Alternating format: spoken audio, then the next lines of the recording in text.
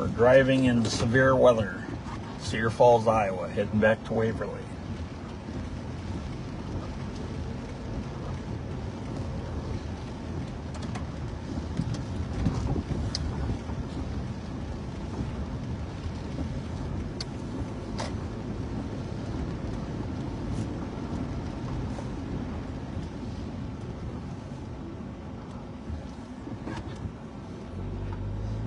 It's kind of looking, stop it a little bit.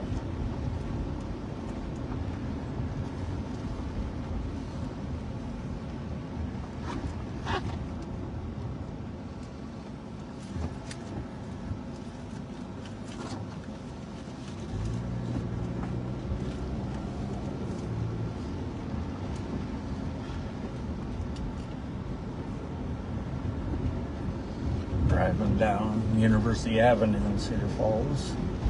Looks like the rain's letting up a little bit.